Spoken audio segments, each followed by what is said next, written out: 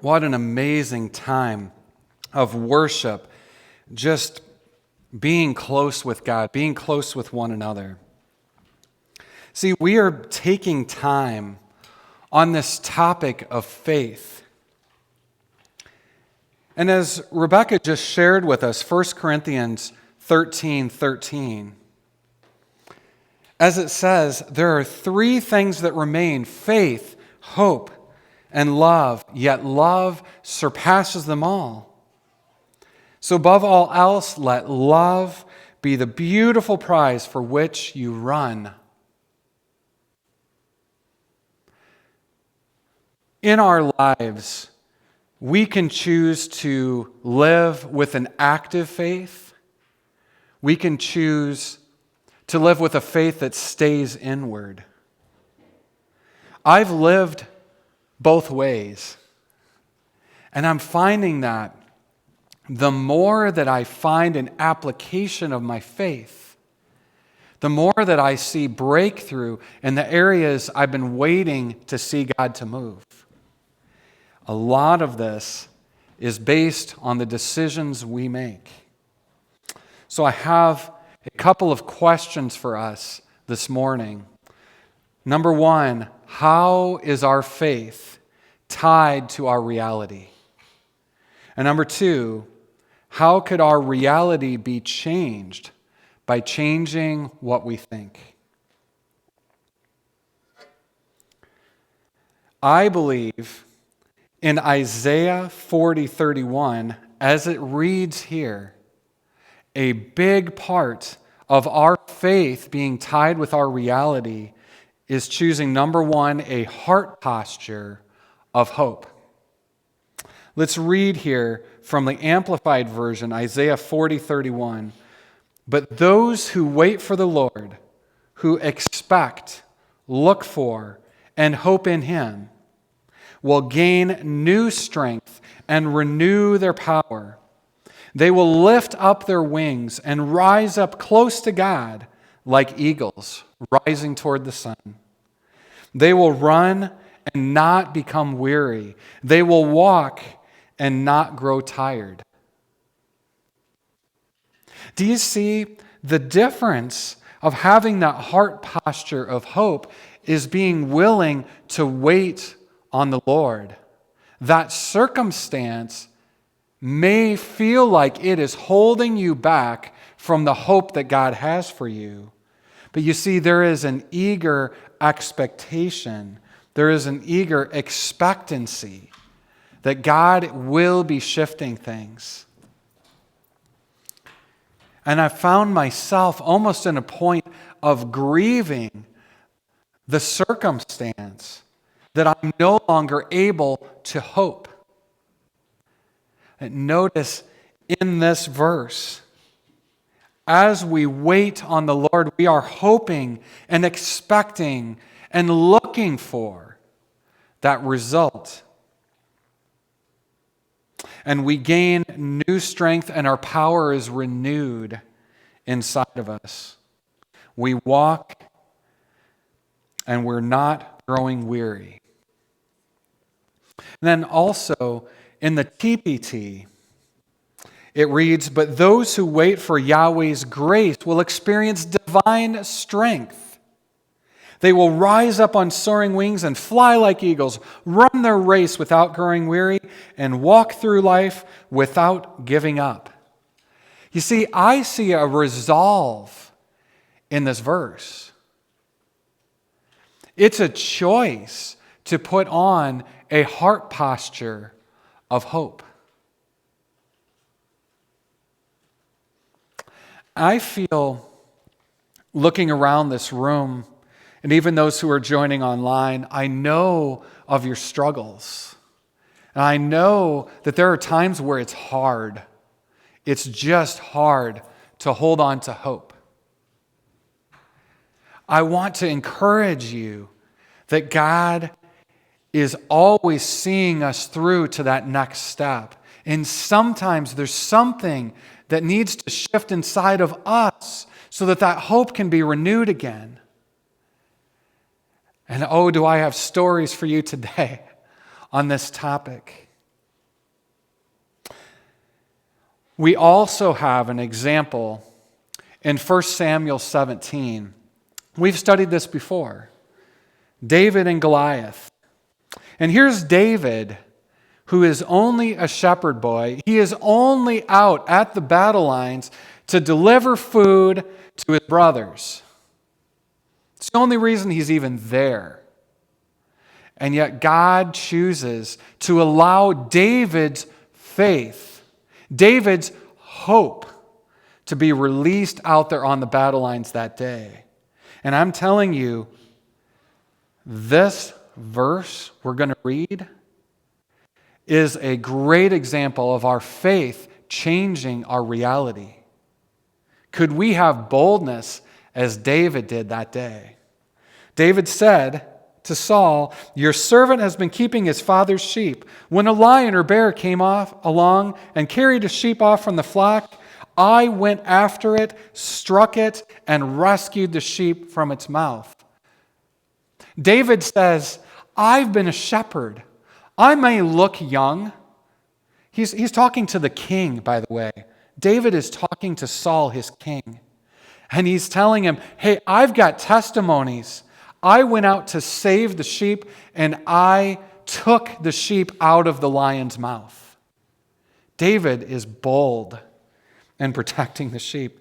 He says, I went after it, struck it, rescued the sheep from its mouth. When it turned on me, I seized it by its hair, struck it, and killed it. Your servant has killed both the lion and the bear. This uncircumcised Philistine will be like one of them, because he has defied the armies of the living God.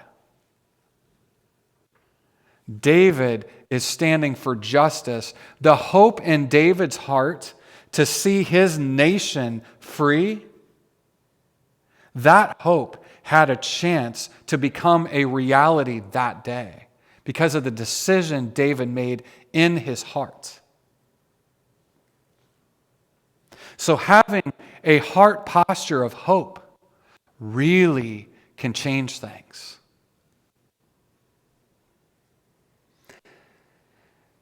See, we can go back to Isaiah 40:31.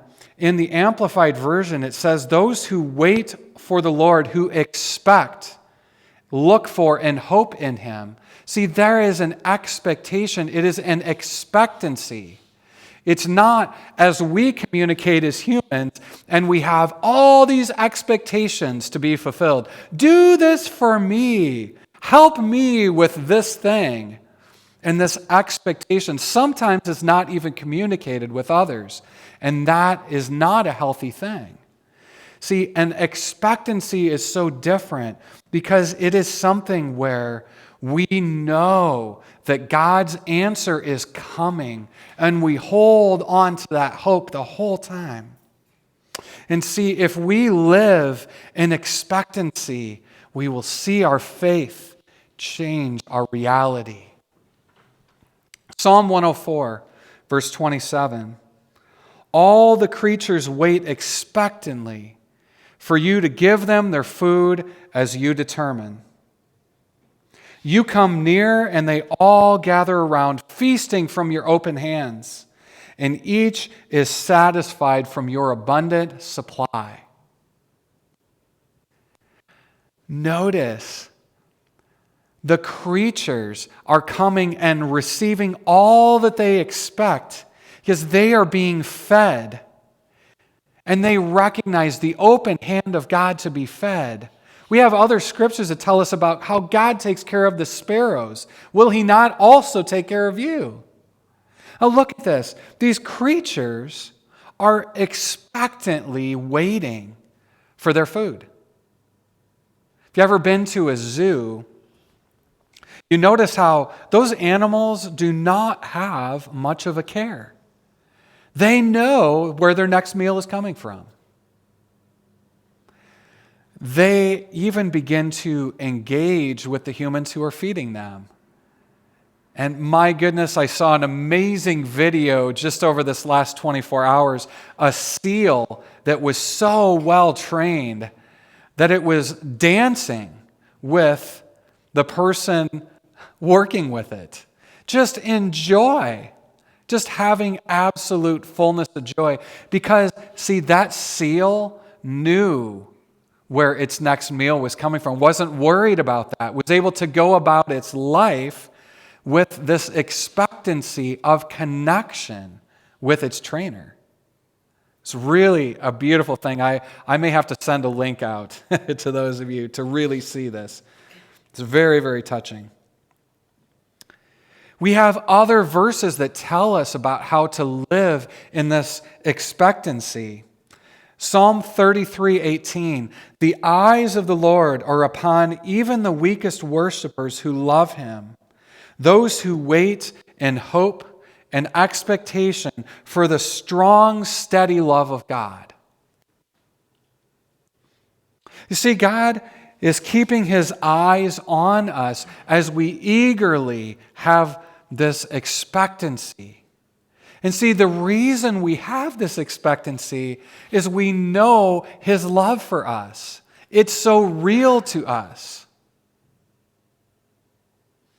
And I have a story to share with you about expectancy.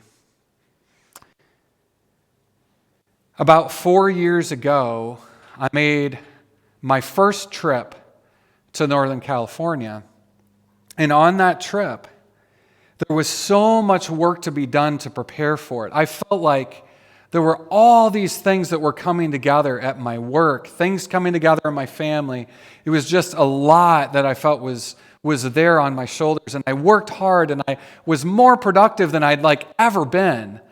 And I went on this trip with expectancy to see God move in my life. And from the very first day,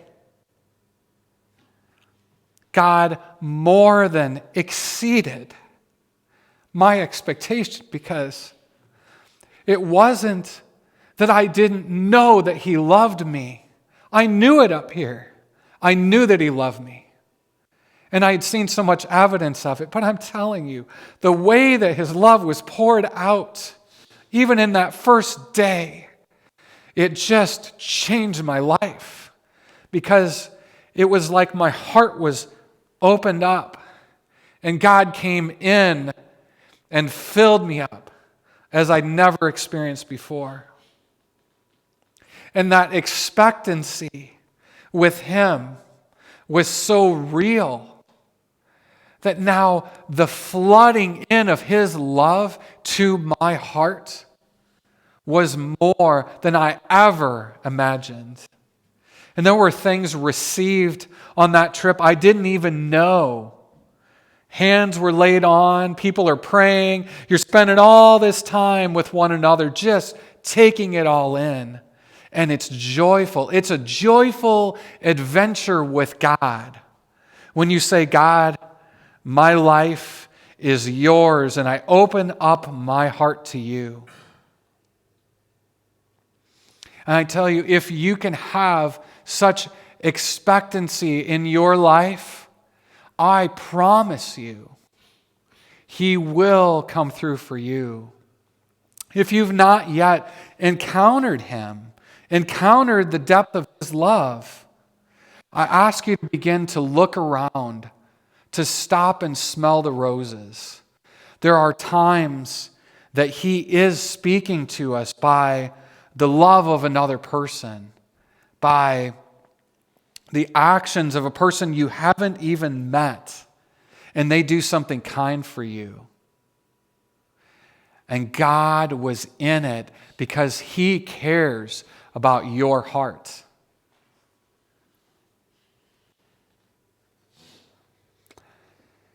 Also, in this last month, I have seen things shift when we make a decision. See, I had a decision to make in the work realm. And I didn't know exactly what needed to happen. I didn't quite understand what God was saying. See, I had a dream of a shift in my role. I had a dream that God could move things, that he could show me where to create value, with the skills, with the talents that He's given to me, and that I could shift and use those talents in a different way, or I could apply them in a different way. And as I trusted God in that, I started just to listen to Him. And at work one day, I just started to listen to what He was saying, and I just started doing it. I didn't question, I didn't understand it. I just started to take action. I made a decision to move. I made a decision to act. And immediately, that thing that I was waiting for expectantly started to move. And I saw it the very next day, and it made sense. The thing that He asked for me to do was directly in relation to it, and He even showed me why. And see, this expectancy we have with God is that we open our heart up. It's almost like the chest cavity itself opens up. Our heart is bare before Him. I know that's gross. Sorry. But it's like it's opened up to Him to fully see us, to fully be transparent. There's nothing we hide from Him anyways. So it's our choice. We make a choice to open our heart and allow Him to come flooding in. And the fact is, my experience has been that as I have done that, He has far, exceedingly, abundantly filled me. Because He's a lavish God. He is a good dad. And His love is like no other. You see, I feel that as we make decisions in our lives, and we have challenges, that we can have such an expectancy on us. It doesn't matter where we're going. We trust God for that next step. In a recent Zoom service, we had Pastor Tim taking us through the book of Genesis, where Abraham is living his journey. He's living this adventure with God. And he has such expectancy on his life. He continues to take steps when he doesn't know the final outcome. And it's so amazing how that faith begins to move and to shift things. And I loved how the discussion went as we started to talk about those actions on Abraham's life. See, he was living in expectancy that God would move in his life. And guess what? His faith changed his reality, not just for him, but for all generations that would follow him. Abraham became seed to a kingdom here on earth. The nation of Israel was born because of Abraham's faith. It's really amazing to look at that. It's not that we're focusing on Abraham as the person, but Abraham chose to listen to God.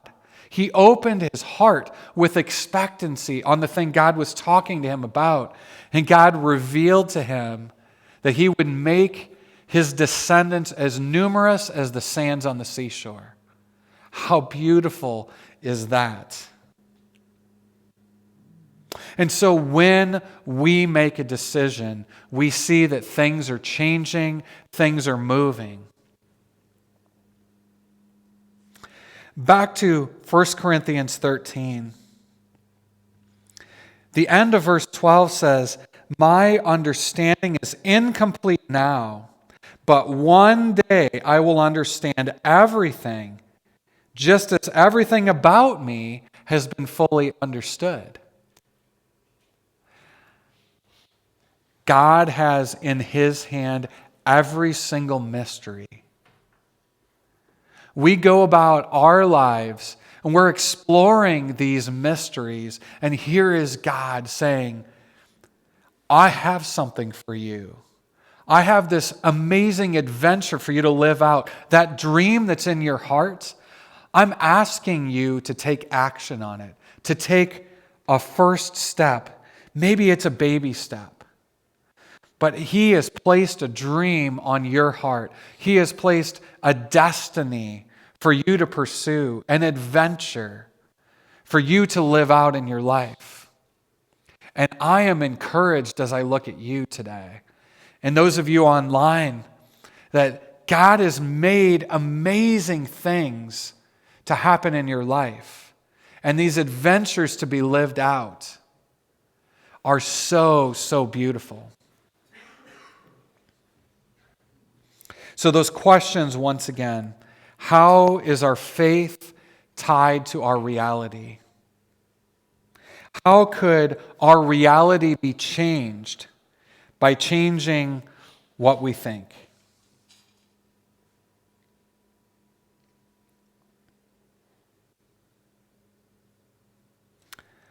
I'd like to take you on a journey now. If you'd stand with me. We don't want any danger of falling asleep as we go on this path with Jesus. Thank you, Lord. So right now, just as you close your eyes, just to see yourself on a path, you're walking with Jesus.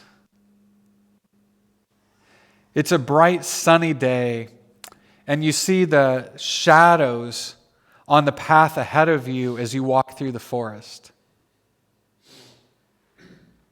There aren't any bugs. It's a clear day, and you're walking with Jesus.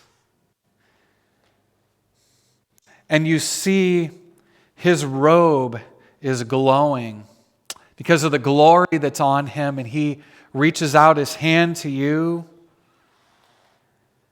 and He says, "My peace I give to you."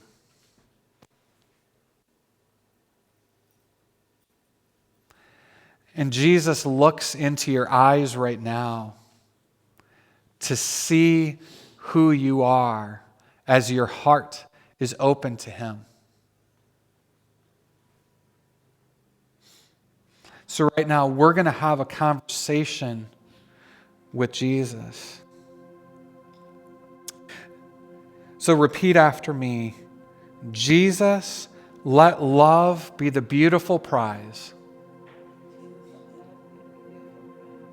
for which I run.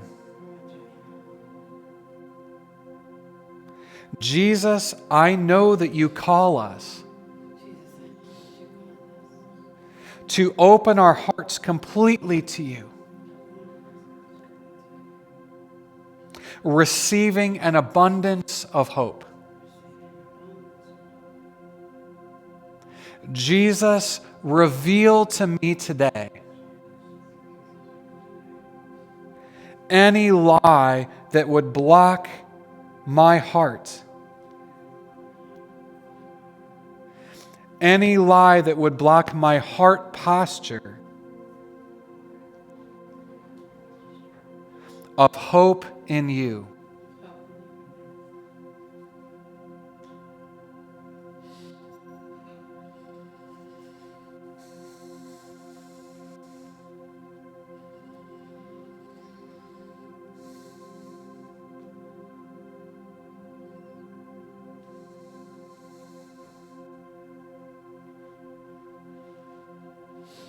Jesus, take it away. Take away the lie.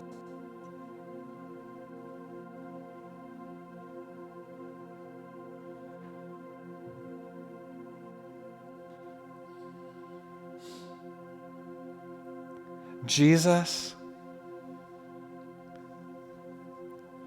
what truth should I replace it with?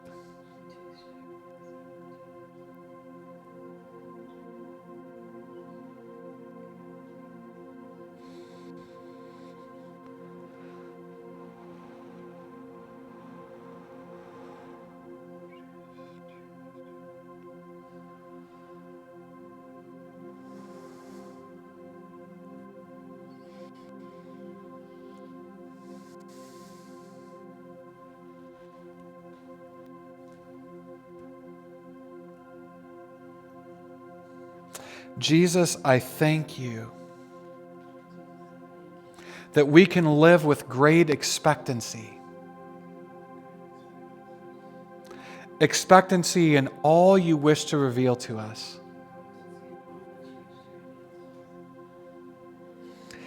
Expectancy in all you wish to release to us. And right now, we open the sails of our hearts to you with great expectancy. Jesus, today,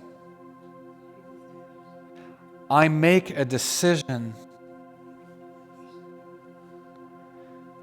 to take action on my dreams with you.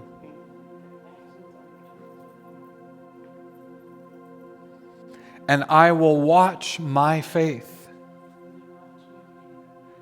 to shift my reality. Not just today, but for the rest of my life with you, Jesus.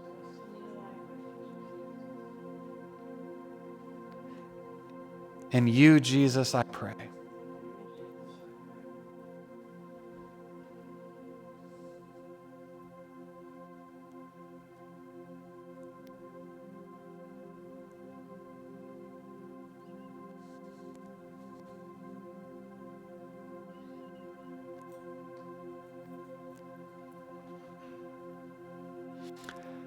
Today, I encourage all of you to take that thing that God's revealing to you and make a decision and take action on it as you just prayed with Him. And I can't wait to see what God does and how He moves in your life, and I can't wait to hear the testimonies of what He's doing. Thank you. Have a blessed day.